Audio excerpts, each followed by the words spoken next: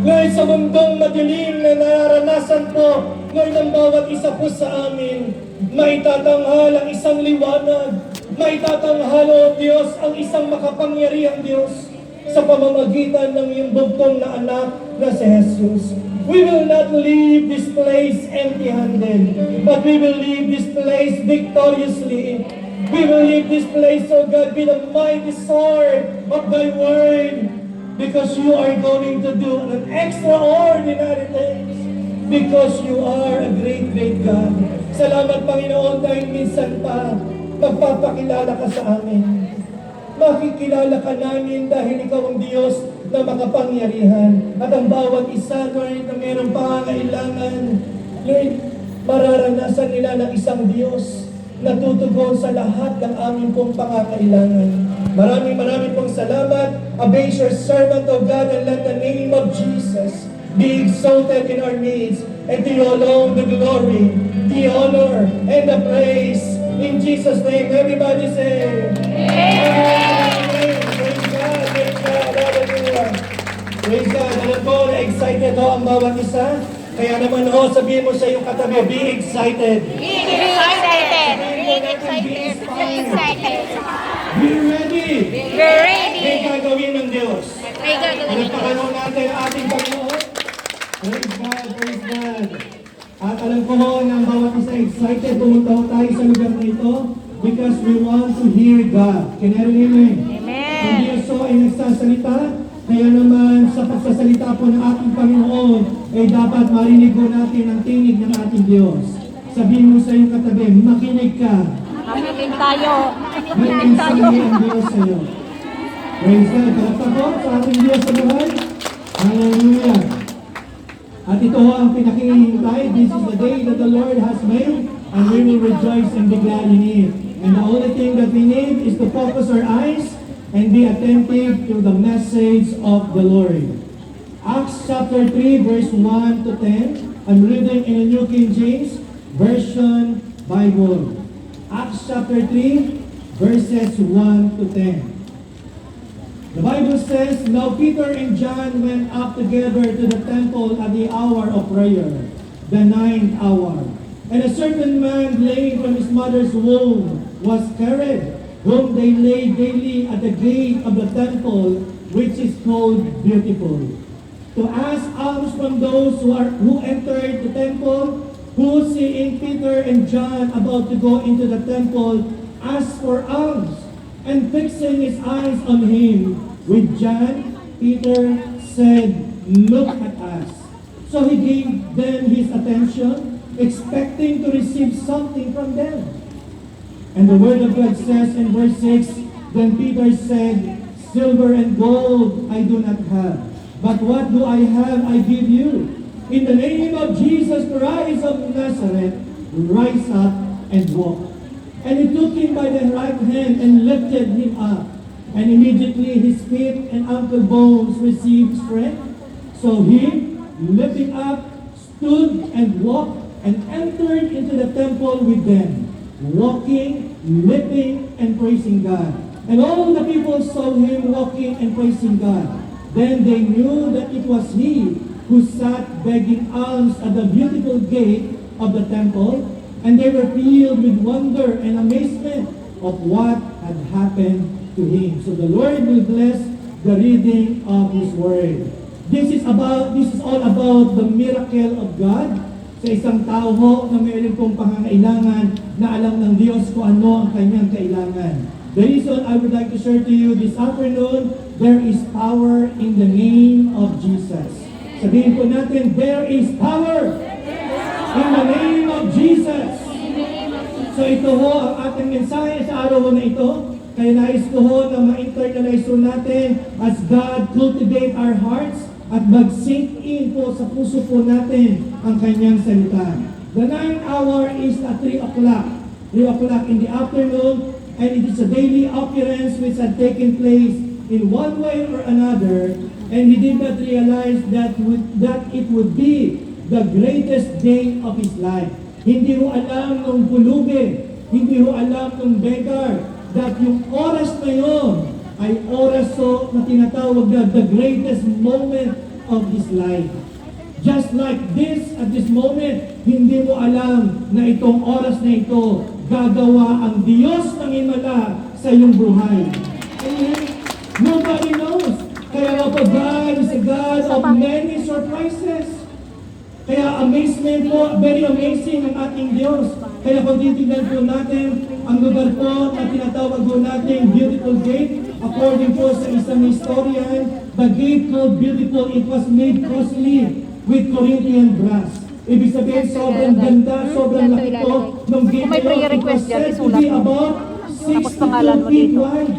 Ganun ho, kalaki yung gate doon sa Corinthians.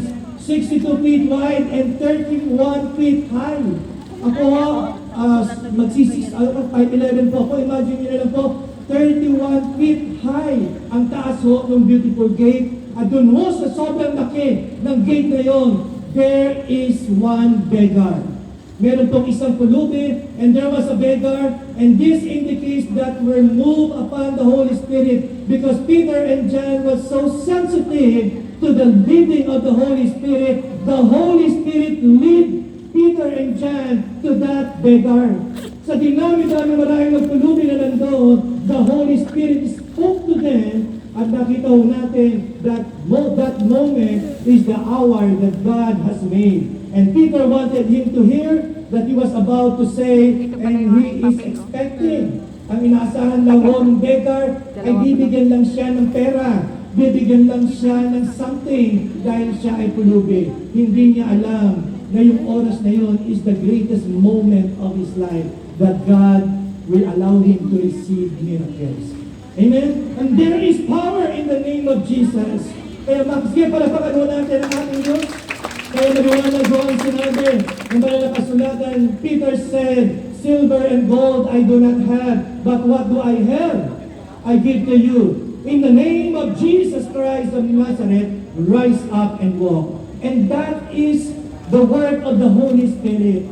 Sinabi ho ng Holy Spirit kina Peter and John na hindi pera ang kailangan ng beggar nito. Kung ang beggar nito ay makakalakad, buong buhay niya, hindi na siya muli pang manghihingi at manlilimos. At yun ho ang binigay ng Diyos sa kanya. The same thing right at this moment, ang ibibigay sa iyo ng Diyos ay hindi pera. Ang ibibigay sa iyo ng Diyos, kapangyarihan to be an overcomer so that you will become successful in life. Amen? So bagong bagay po ang nakita ko po dito at gusto ko i-share sa inyo sa maikling oras is the first thing is about power to preach. Everybody say, power to preach. Sabi po ng Romans chapter 10, verse 14 and 15. Romans 10, verse 14 and verse 15. How then shall they call on him in whom they have not believed? And how they shall believe in him of whom they have not heard? And how they shall hear without a preacher? And how shall they preach unless they are sent? As it is written, how beautiful are the feet of those who preach the gospel of peace, who bring glad tidings of good things. Because there is power in the name of Jesus, and Peter said to them, silver and gold I do not have, but what do I have? I give to you that in the name of Jesus, rise up and walk. Peter and John has the power to preach. Can I read that? Dahil po sa power ng Holy Spirit na nasa kanila, sila po ay sinend ng Diyos to preach the gospel. Kaya sabi po ng Romans, how then shall they call on him in whom they do not believe? Paano malalaman ng isang tao na mayroong Diyos na makapangyarihan kung walang isang tao na magsishare ng salita ng Diyos? But we need to realize that you and I have the power to preach. Not in your name, not in the power or in the name of other people, but in the name of Jesus. God bestowed each one of us the power to preach. Amen? Tell to your neighbor, you have the power to preach. The problem with the people is they have only the power to listen. Kaya wala akong nabuborn again. Wala akong nakikita ang mga mata ng mga tao na mayroon hong himala na ginagawa ang Diyos because many people kept silent of what the Lord is doing in this world. Even in our generation. But because the reason people were amazed dito sa lugar ng Book of Acts, dito sa beautiful gate, maraming tao na amazed because there is one beggar since birth na siya ho ay pulubin. Pero nung siya nakalakad, ang sabi ng verse 10, then they knew that it was he who sat begging alms at the beautiful gate of the temple, and they were filled with wonder and amazement of what had happened to him.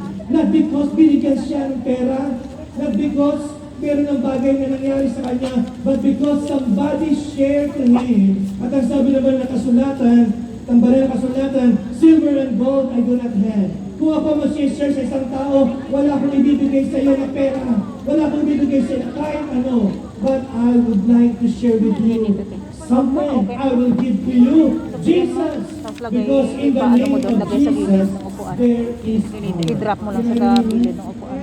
Kapag ang Palagay isang mo dyan sa tao baba. nalaman niya ang kapangyarihan ng Diyos sa kanyang buhay, kaya niya palayasin any kind of poverty in his life. Yung mga kamalasan, yung mga problema, lahat yun ay aalis, not in my power, but in the name of Jesus. Kaya kailangan mo ma-realize ng tao yung kapangyarihan ng pangalan ng ating Panginoong sa Kristo.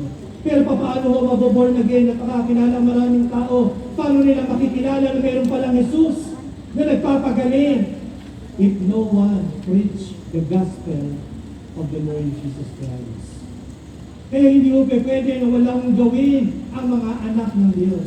Kung gusto mong makita ang himala sa iyong pamilya, kung gusto mong makita na ang Diyos ay nagpapagaling, kung gusto nating makita na ang Diyos ay Diyos ng himala, then start to preach the gospel because you have the power to preach. Not only the pastor can preach, not only the leader or the evangelist can preach, each one of us can preach the gospel. Amen. Amen. Ano pa po para sa ating Diyos? Kaya sabi na ba ng kasulatan, and how shall they preach unless they are sent? Sino ang gusto mong ipadala? Parang lang may mga born again sa pamilya mo. Unless they are sent. But the Lord sent us. Kinarinig mo.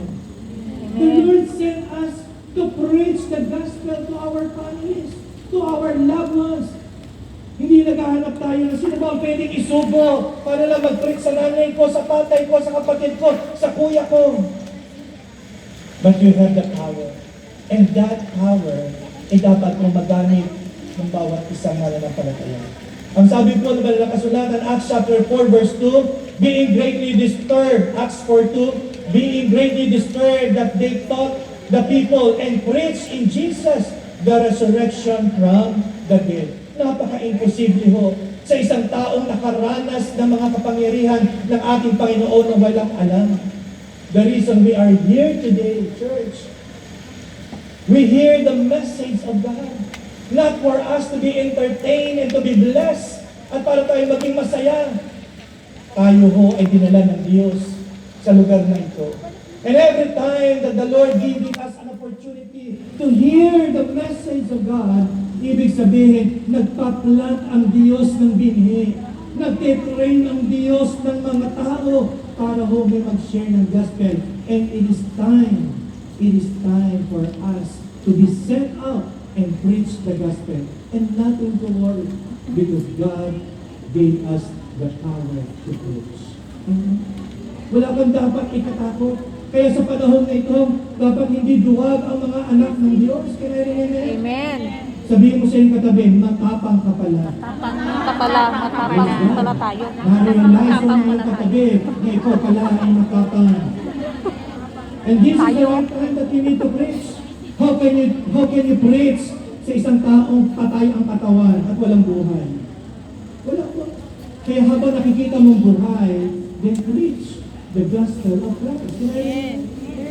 Hindi ka dapat laging sulat lang ng sulat, taas lang ng kamay, pagkatating opening, magbibigay lang mo tayo, hindi pupunta tayo sa labas, makipag-fellowship tayo, makikikain tayo sa pagkain na hindi naman natin dala. Diba po, hindi yung gano'n ang buhay ng isang Kristyano. Just always remember, may itinapagawa ang Diyos sa'yo.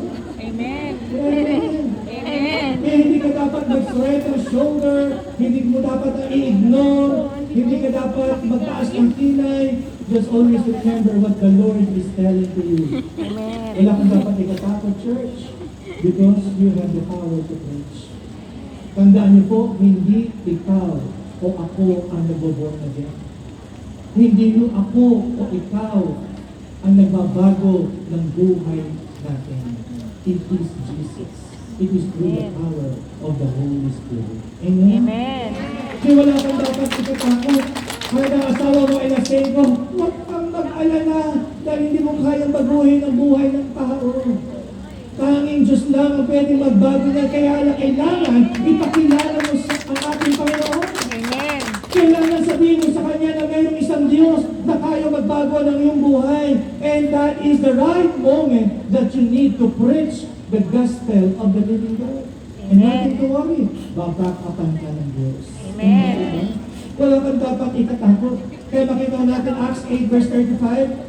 Sabi po na Acts chapter 8 verse 35, then Philip opened his mouth. Everybody say, open his mouth. Open his mouth. When Philip opened his mouth, and beginning at the scripture, preached Jesus to him.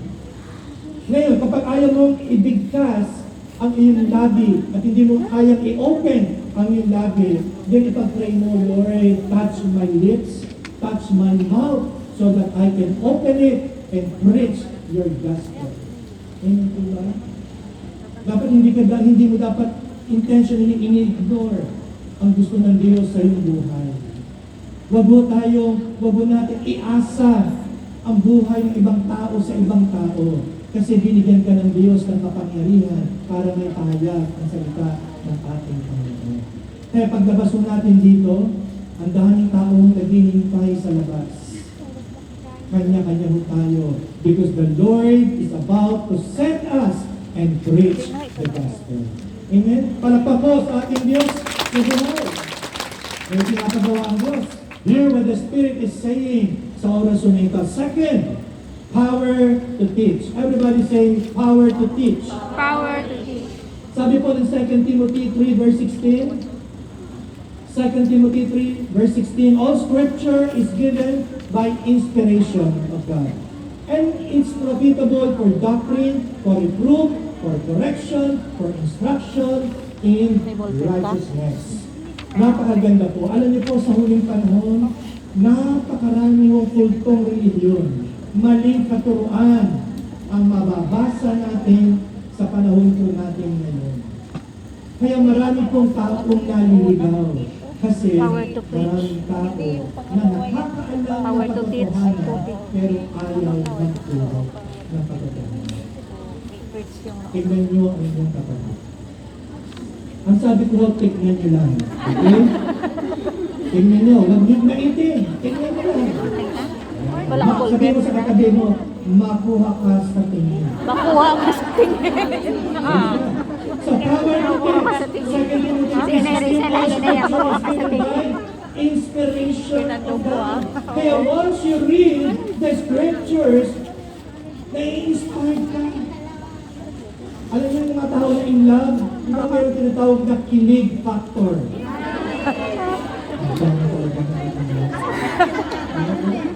Lalaki lang daw yata yun sa amin. Kilig ka na. Kilig factor. Oo, ganyan talaga. Tapos Pag first yung love. gawin pa siyang ngumiti, parang kakapit ka na lang, diba please, good. Bakit? May-inspired ka. Tuloy daw parang gusto na mag-asawa ni Inelisa. May-inspired ka. Kaya lagi mo siyang pinabantayan na dumaan sa tapat ng iyong bahay. Kasi Ganyan, totoo naman na-inspired ka talaga sa yan. kanya. Ano ang meron siya? Itong lalaking ito na wala ang iba. Pero bakit ito natin? How much more ang salita ng Diyos? Because the Word of God is great in Scriptures is given by inspiration of God. So it is an inspiration and it is profitable for doctrine, for reproof, for correction, for instruction in righteousness. Alam niyo kung magbabasa ko kayo, nanonood ko kayo sa YouTube, at marunong lang mo tayo mag-analyze napakaraming kultong reliyon na pinaniniwalaan ng maraming tao. At ang nakakaiyak at nakakalungkot, baka isang araw ma-realize mo, ikaw ay sumama sa kanila. Hindi mo imposible, magiging posible kapag hindi tayo nagturo ng tama sa isang tao. Don't you know that we have the power to teach the people? Kaya makita ho natin Acts 1 verse 11, Acts 2 Timothy chapter 1 verse 11, to which I was appointed a preacher, an apostle, and a teacher of the Gentiles. Kaya nakakalungkot po kapag ang isang tao mayroong alam, tinuruan ng Diyos, in-equip ng Diyos, tinirain ng Diyos, pero hindi natin ginamit yung effort ng Diyos na ibinigay sa mga nagturo sa atin para lang tayo ay matuto. Nakakalungkot po, nakakaiyak, nakakapanghigayan kasi walang nagtuturo ng tama sa maraming taong naliligaw. Kaya ang sabi ho, all scripture is given by inspiration and it is profitable for doctrine, for reproof, for correction. Pag sinabing mali, mali, kailangan patunayan mo na mali ang kanyang sinasabi. Hindi pa pwedeng dalawa ang puso. Abnormal. Amen. Isa lang ho ang puso na binigay ng Diyos sa atin. Kaya pwede lang umibig ang isang lalaki, isang babae, at ang babae at isang lalaki. Hindi pa pwedeng may reservation. Kaya makita mo natin, pag nakita mong mali, sabi mo sa kanya, ate, nay, mali. Huwag mo kong pakialaman, buhay ko ito. At least, in the eyes of God and in the eyes of history, sinabi mo sa kanya, mali. Kasi kailangan mo natin magturo.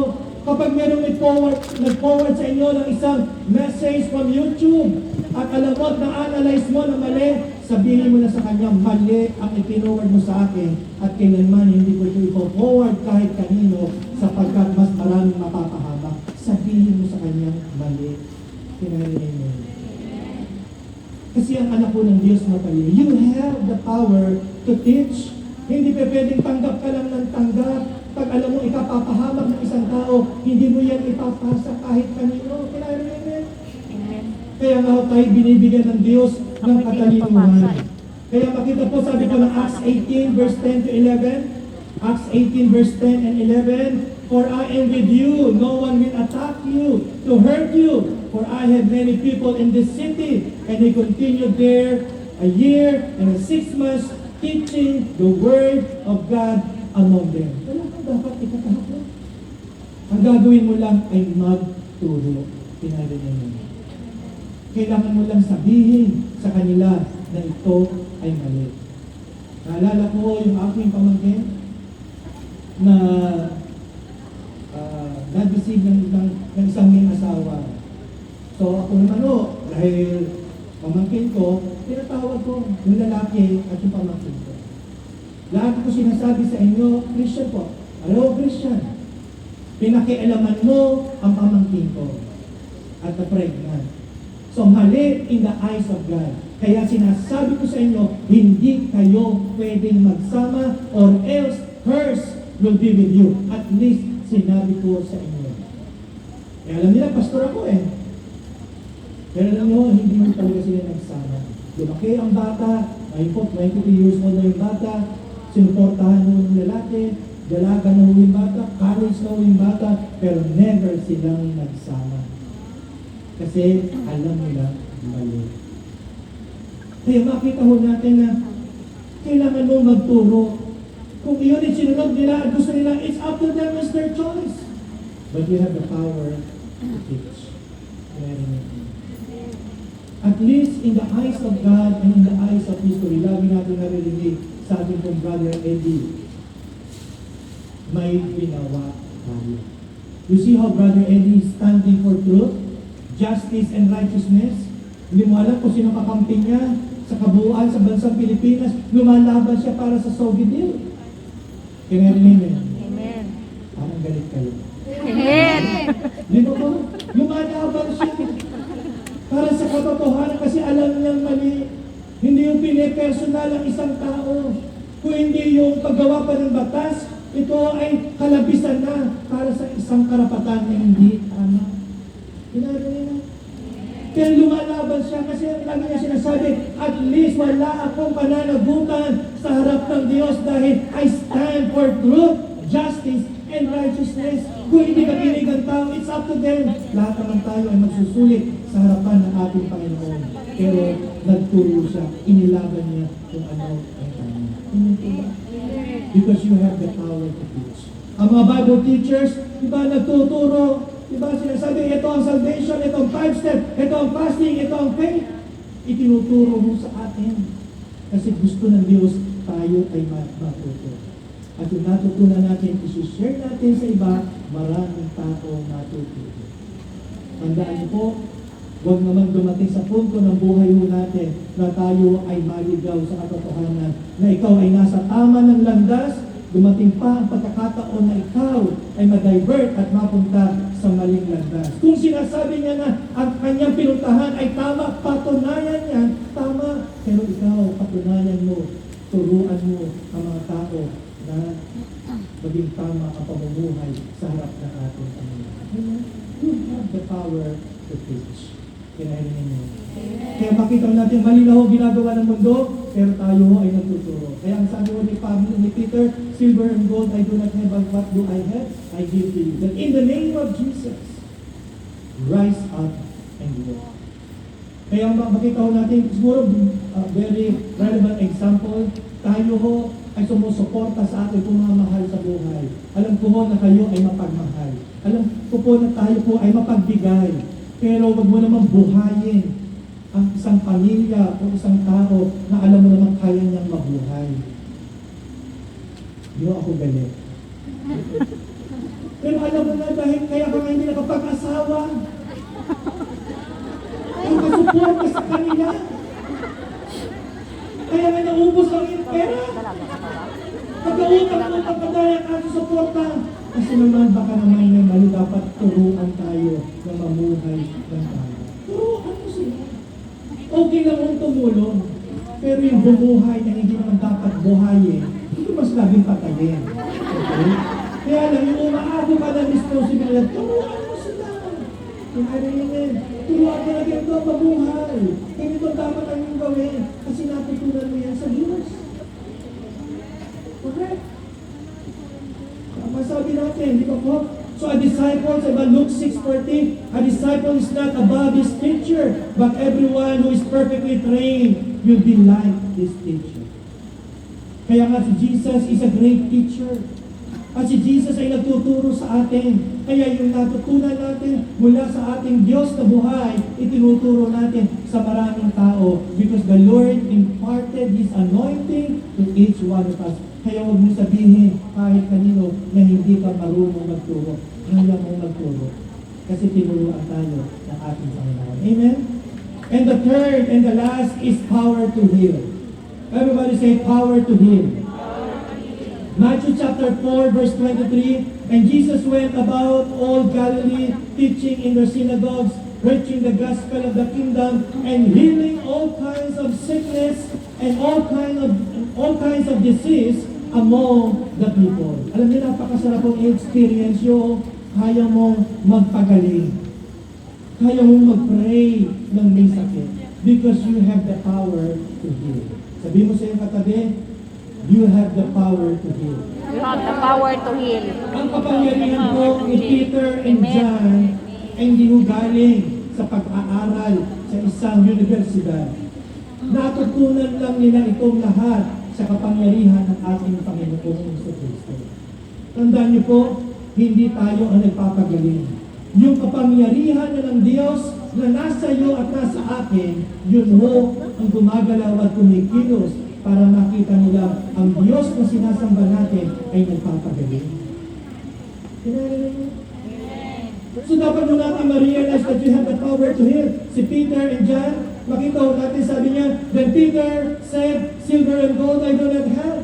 Wala akong pera, wala akong gold, wala akong pina, I do not have, but what do I have I give to you?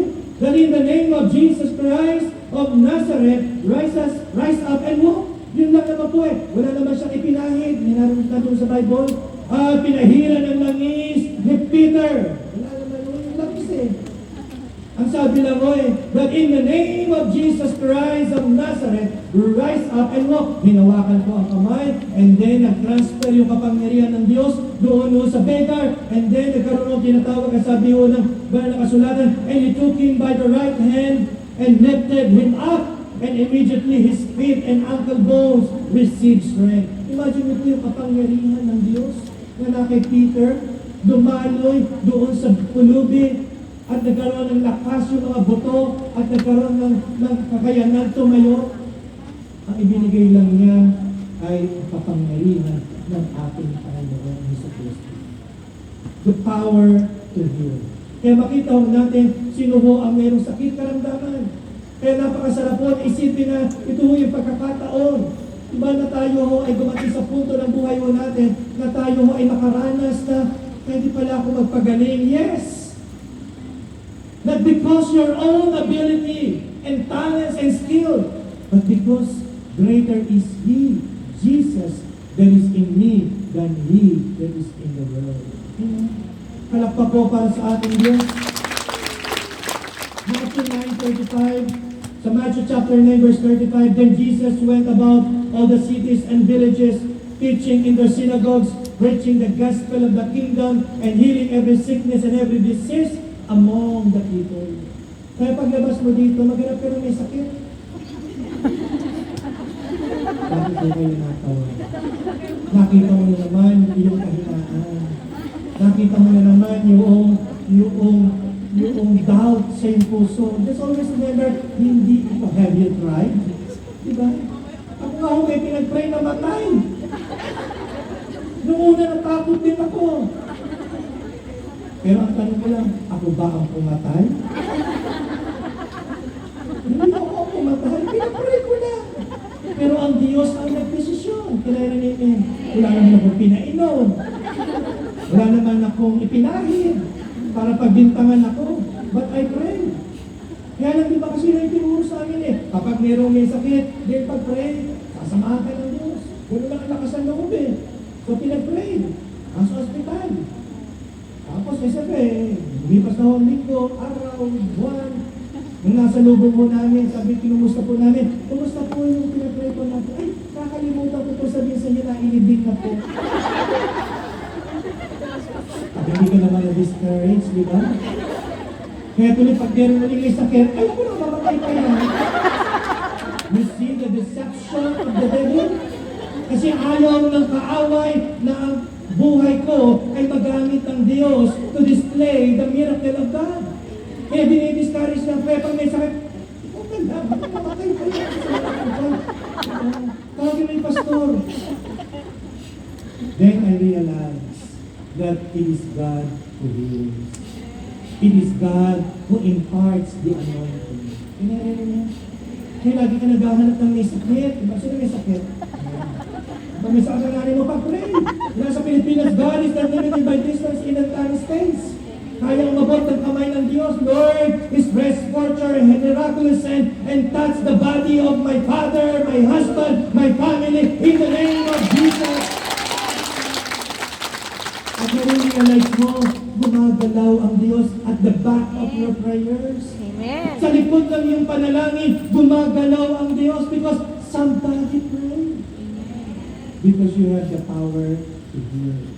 Amen. Meron ka kapangyarihan, hindi ka matatakot.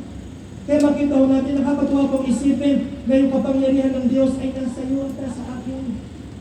Sabi po na Acts chapter 5 verse 16, Acts chapter 5 verse 16, also a multitude gathered from the surrounding cities to Jerusalem, bringing sick people and those who were tormented by the unclean spirit, and they were all healed. Imagine niyo po, pati ho yung mga tormented by the bad spirit, kaya pag may napoposes, huwag naman po masyadong mayaman. Di ba po? Okay. Nasa yung napoposes dyan? Alam mo na kung sino ka, di ba? Tapos lapit, ano? Ayan. Di ba? Alam niyo, ang Diablo, alam niya rin ang buhay po natin. Huwag kang pupunta sa isang laban na wala kang sandata. Wala kang kalasad. Kaya alam ng Diablo ang buhay natin. Kaya tayo pinalalakas tayo ng ating Panginoon. Pinapakain na tayo araw-araw sa kanyang table. Diba? Na tayo ay lumakas. the Word of God. Pinalakas niya yung ating espiritu because the battle is great. Sobrang laki ho, na huge ng battle natin every day of our lives. Kaya gusto ng Diyos, anak, malakas ka. Kaya magpakalakas ka sa pamamagitan ng aking salita. Puspusin mo ang iyong sarili na kapangyarihan so that when you say that in the name of Jesus, yung diablong maalis, sumusunod sa'yo. Kasi walang magawa ang diablo dahil sa kalaki na kapangyarihan ng Diyos sa buhay ng bawat isa po sa atin. Palagpak ko para sa Diyos. Kaya makita natin yung compassion ng ating Panginoon. Kaya kung bawag naman may sakit, di ba? May mga problema sa pamilya, ay umupo ka lang. Basta alam mo yung right mo sa harap ng ating Panginoon, that you are righteous, at nakahingi tayo ng tawad, walang ibabalik sa atin ng kaaway, kasi nagpapalinis naman tayo ng ating pong sarili sa harap ng ating Panginoon. Ang bawa, kagagawa mo pa ng isang kasalanan, eh gusto mo mag-extend ang kapangyarihan ng Diyos sa Pilipinas. Dahil mayroong problemang dumating na yung narisin, of course, nagagawin mo muna, Panginoon, linisin mo ako. Balutan mo ko ng iyong makapangyarihan dugo, nagkasala ako, patawarin mo ako, Panginoon. And I claim your forgiveness because you are a forgiving God. Then, nare-refresh tayo, nare-restore tayo, kasi hindi tayo nag-away. And Diablo, ang role niya to distract us, to condemn us. Pagagawa mo pala ng kasalanan, akala mo kung sino kang makapangyarihan. Kaya gusto mo na i-exercise yung authority mo, hindi mo ma-exercise kasi kino-condemn ka ng demonyo. Kaya sasabihin mo sa demonyo, umalis ka sa tabi ko, demonyo. Oo, nagkasala ako, nagkamali ako, pero humihina ako ng tawad sa Diyos at ako'y pinatawad, so I command you to leave me right now in the name of Jesus. Kasi alam ng diablo, yung authority mo to do such things. Kaya ngayon, Lord, stretch forth your hand upon my family, upon my loved ones, cover them tightly with your blood. Ang prayer mo kasi natin is yung kabuhayan natin, Lord, yung kabuhayan natin, yung bahay po natin, yung trabaho ng asawa ko, yung anak ko, nag-aaral, yung eskwelahan, yung mga barkada, lahat pinag-pray natin yan. Kaya naman si Lord, gumagalaw at kumikilos. Amen po yan. Kaya nakakatuwa po, napakasarap po ng isang anak ng Diyos. Kasi meron itong isang pangalan na alam mo, na kapag na-mention mo, nabigkas mo, ang lahat ng problema ay nawawala at nagiging overcomer mo. Amen. Kaya ako, pag meron akong problema, sabi ko, alam, may problema na naman. Parang uso problema ngayon. Para bagang save ang problema ngayon. Di ba?